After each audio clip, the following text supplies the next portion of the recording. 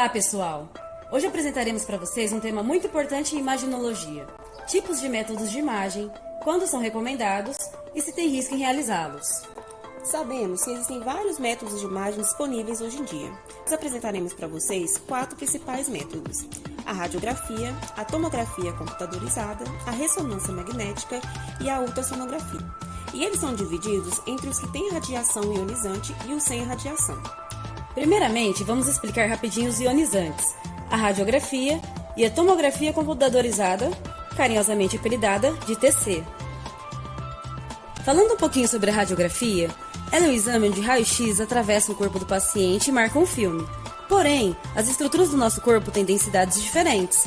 Então, as mais densas, como por exemplo os nossos ossos, apresentam-se mais brancas ou radiopacas, e as estruturas menos densas deixam o filme mais escuro ou radiotransparente. Ele é muito utilizado por não ter alto custo. E é o primeiro método para avaliar extremidades do corpo, tórax, coluna e até abdômen, porque essas áreas têm diversas densidades, o que ajuda na discriminação entre tecidos próximos. Só que ele possui uma limitação importante: a sobreposição das imagens, deixando a análise mais difícil. O uso do raio-x é amplo, e ele é utilizado em mamografias, angiografias, fluoroscopias e nas tomografias computadorizadas, que vamos explicar a seguir. Espera só um pouquinho. Se o raio-x é tão usado, ele deve ser seguro, né? Então me explica por que quem aplica o exame fica atrás de uma parede de chumbo. Claramente, minha amiga, essa é uma boa pergunta. Alguns riscos são associados à exposição a altas doses de radiação de maneira frequente. Como os raios ultrapassam o corpo e toda a radiação é potencialmente lesiva, alguns cuidados são tomados, como evitar o raio-x em gestantes, para que não ocorra o risco de defeitos genéticos e malformações nos fetos. Crianças e jovens não devem ser expostos continuamente, e profissionais de saúde dessa área precisam tomar os cuidados adequados de acordo com as indicações das normas reguladoras. A segunda forma de exame de imagem ionizante que temos é a tomografia computadorizada. A tomografia vem se popularizando por ser um método de imagem que fornece uma riqueza de detalhes bem superior e ela não demora muito tempo para ser feita, o que é muito bom. Além disso, ela é boa para visualizar partes moles, sendo muito importante em casos de traumas, por exemplo. Olha que imagem bonita, dá até vontade de fazer radiologia, não dá? Mas não pense que por ser tão bonita assim, ela não oferece riscos. Por usar radiação cerca de 100 vezes maior que o raio-x, ela deve ser feita com cautela. Ninguém quer que um terceiro braço brote do seu corpo, não é? Brincadeiras à parte. Mas é algo importante a ser falado, pois a radiação é cumulativa e a exposição contínua pode lesar o material genético dentro das suas células e aumentar a chance do desenvolvimento de câncer. Agora vou falar um pouquinho sobre os métodos de imagem que não usam radiação ionizante, que são a ressonância magnética e a ultrassonografia. Diferentemente do que falamos até agora, a ressonância magnética não usa radiação. Mas se ela não usa radiação, como é feita?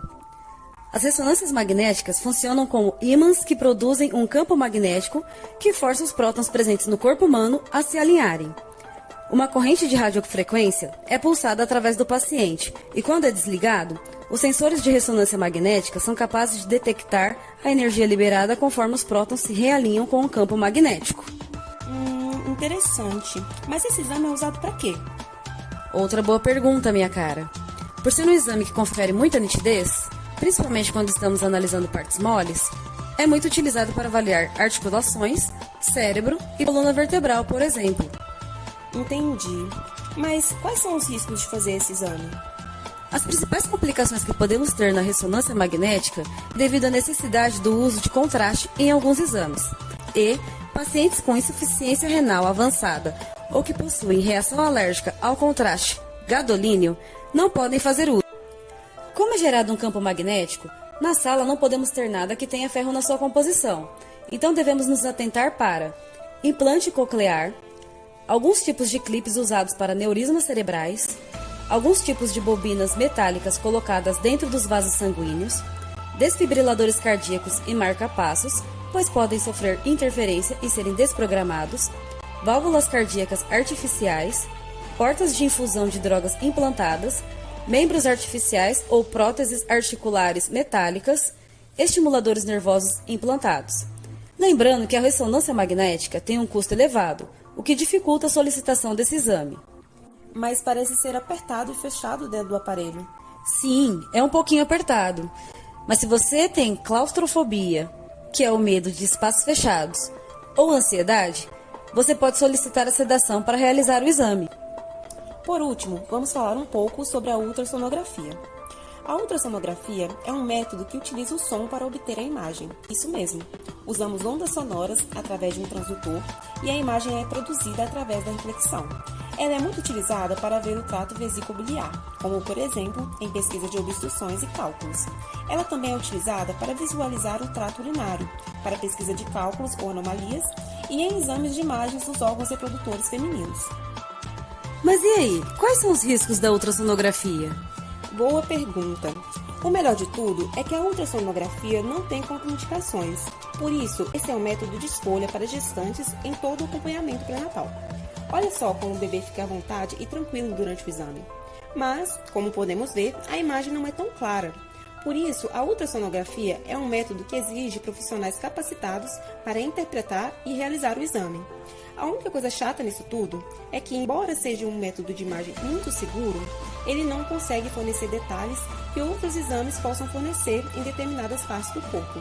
Por isso, cada método de imagem tem uma indicação específica e o seu médico deve ter conhecimento para escolher o que for melhor para a sua situação.